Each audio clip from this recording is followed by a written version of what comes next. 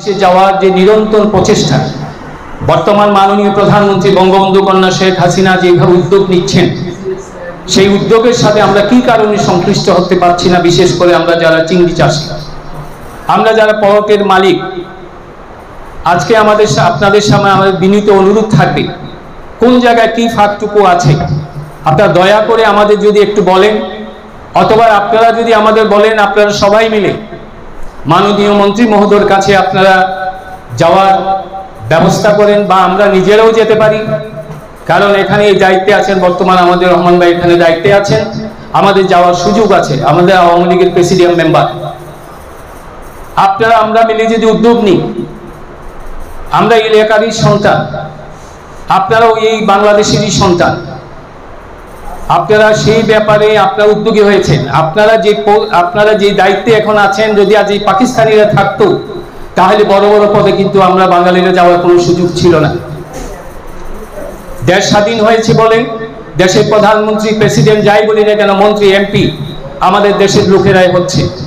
উচ্চ পর্যায়ে সরকারি কর্মকর্তা, সচিব থেকে শুরু করে আজকে নিম্ন স্তরে যদি ইউনো পর্যন্ত, এখানে সবাই আমরা আমাদেরকে একে অপরের সহযোগিতার হাত বাড়িয়ে নিই। তা আমি অনুরোধ জানাবো, আমি কথা বেশি বলবো না, সব কথা একই রকম হয়ে যাবে। যেহেতু আপনারা শুনেছেন বারবার কথাগুলি বলে, আপনাদের বিরাট ভাজন হতে চাই না। আমি মূলত এসেছি একটি কারণে, আমাদের সাবের ভাই অনুরোধ করেছেন, বা চিংড়ি মালিক সমিতি যারা এসছেন তাদের দুঃখ দুর্দশার কথা ইতিমধ্যে শুনেছেন, আর এই মিটিংটা ডাকার জন্য তারা আলোচ্য বিষয় নির্ধারণ করে দিয়েছে। এই চিঠির আলোকে এবং স্লুইস গেটের যে দৈন্যদশা, স্লুইস গেট ভেঙে পড়া, রাস্তাঘাটে যোগাযোগের ব্যবস্থা, খাল খননের ব্যবস্থা, বেড়িবাঁধের ব্যবস্থা, সর্বোপরি ডাকাতের উৎপাত, এখানে কিন্তু আপোষ করা চলবে না। এখানে যদি আমরা আপোষ করি, এখানে যদি আমাদের মাসোহারা দিতে হয়, এখানে যদি আমার জোরে জোরে টাকা দিতে হয়, এই সহযোগিতা নিশ্চয়ই সরকারি কর্মকর্তা হিসেবে আপনাদের নৈতিক দায়িত্ব বলে আমি মনে করি। জেলা প্রশাসক মহোদয় যদি সঠিক দায়িত্ব পালন করতে না পারেন, এসপি মহোদয় যদি বিশেষ কারণে না পারেন, তাহলে আমরা স্বরাষ্ট্র মন্ত্রণালয়ের কাছে আমরা যেতে পারি। আপনারা যদি অভয় দেন, আপনারা যদি সহযোগিতার হাত বাড়িয়ে দেন, অবশ্যই আপনারা সহ, কারণ এটা তদারকির দায়িত্ব যেমন আপনারা, এবং সরকারি কর্মকর্তা হয়েছে উচ্চ পর্যায়ের কর্মকর্তা হিসেবে আপনারা যেমন এটা ভালো দিকটা চান, কারণ কেউ নিশ্চয়ই এটা খারাপ দিকটা চাইবেন না। আমি বিশ্বাস করি আপনারা মনে প্রাণে এই কাজগুলি করার জন্য উদ্যোগী হবেন, এবং আমি মনে করি অতি সত্বর, আমি সময়টা বেঁধে দেব না, যদি সম্ভবপর হয় 1 মাসের মধ্যেই আমরা একটা টিম করে আপনাদের নেতৃত্বে, আমরা স্বরাষ্ট্র মন্ত্রণালয়, আমরা পুলিশের আইজিপি, আমরা একইভাবে আমাদের মাননীয় মন্ত্রী মহোদয়ের কাছে আমরা সৌজন্য সাক্ষাৎ করে আমাদের অভাব অভিযোগ, আমাদের সমস্যাটা কোন জায়গায় চিহ্নিত করতে আমরা পারি, এবং সেখানে আপনাদের সহযোগিতা না থাকলে পরে, সমন্বয় না থাকলে পরে, আমরা একভাবে বলবো, আপনারা আরেকভাবে বলবেন। আপনারা যেগুলো বলছেন সেগুলো আমরা শুনছি না, আমরা যেগুলো বলছি সেগুলো আমরা শুনছি না। তার সমন্বয়হীনতা যদি থাকে, যার যার সুবিধা অনুযায়ী যদি এইখানে কাজ চলে, তাহলে 11 একর চিংড়ি প্রকল্পের মালিকরা অদূর ভবিষ্যতে হাল ছেড়ে দেবে। হাল ছেড়ার ফলশ্রুতি কি হবে? যে কন্ডিশনের উপর ভিত্তি করে আপনারা প্রকল্প সরকার আমাদেরকে দিয়েছেন, সেই প্রকল্পের ব্যবস্থাপনা ভেঙে যাবে, সেখানে লাগিয়ে চলবে, সেখানে মালিকরা এগিয়ে যাবে না, সেখানে উৎপাদিত পণ্য চিংড়ি বাইরে রপ্তানি করার যে বিশাল প্রক্রিয়া, এই প্রক্রিয়ার সাথে দেশের উন্নয়নের অগ্রগতির সাথে আমরা সম্পৃক্ত হতে পারবো না। আমাদের বিবেকের তাড়নায় আমরা বিশ্বাস করি, আমরা কেন এই 11 একর চিংড়ি প্রকল্প সরকারের কাছ থেকে নিয়ে আমরা উৎপাদিত এই চিংড়ি বিদেশে রপ্তানি উপযোগী করতে পারছি না। এটা আমাদের জন্য অত্যন্ত দুঃখজনক, এবং আমাদের কাছে এর বাইরে যে বিষয়টা আছে, এই যে চুক্তিপত্রের মূল কপিটা, এগুলো আমাদের,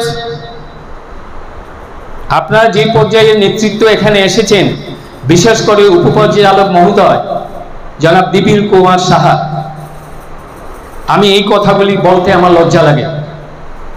আমরা চুক্তি করবো, আমরা মূল কপি পাবো না কেন?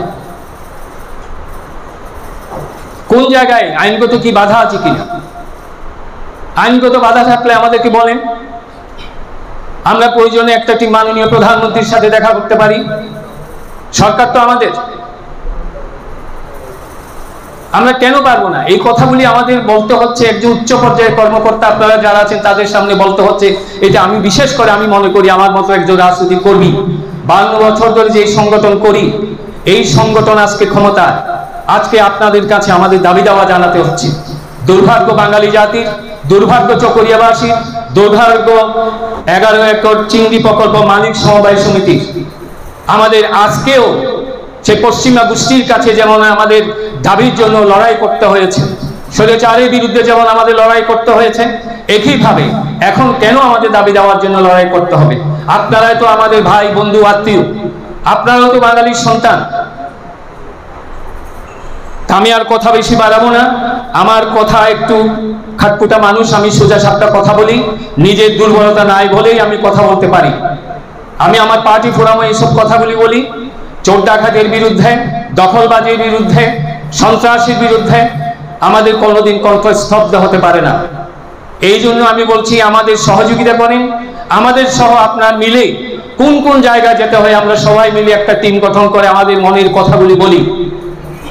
আমি বিশ্বাস করি মাননীয় প্রধানমন্ত্রী যদি নজরে আসে, দুনিয়ার এই বাংলাদেশের এমন কোনো সমস্যা নাই যেটা সমাধান করেন নাই।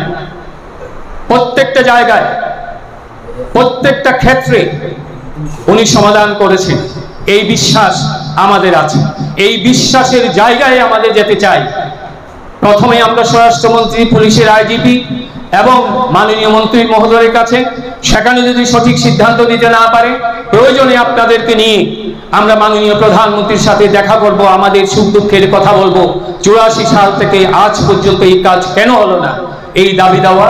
উন্নত প্রযুক্তির মাধ্যমে সরকার বাহাদুর থেকে আমরা সহযোগিতা চাইব, আমরা রাস্তাঘাটের উন্নয়ন চাইব, বিদ্যুৎ চাইব, এবং বিশেষ করে সেখানে সন্ত্রাসী বাহিনীর উৎপাত বন্ধ করার জন্য আমরা সেখানে সহযোগিতা চাইব, এবং একইভাবে আধুনিক প্রযুক্তি নির্ভর একটা চিংড়ি প্রকল্প গড়া তোলার জন্য আমরা সবাই মিলে কাজ করব।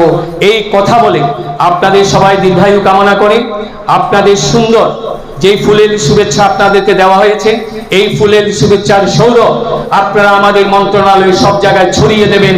যে আমরা চকরিয়া গিয়েছিলাম, তাদের দুঃখ দুর্দশা শুনেছি, তারপরেও তারা আমাদেরকে ফুল দিয়ে ফুলের সৌরভ জানিয়েছে।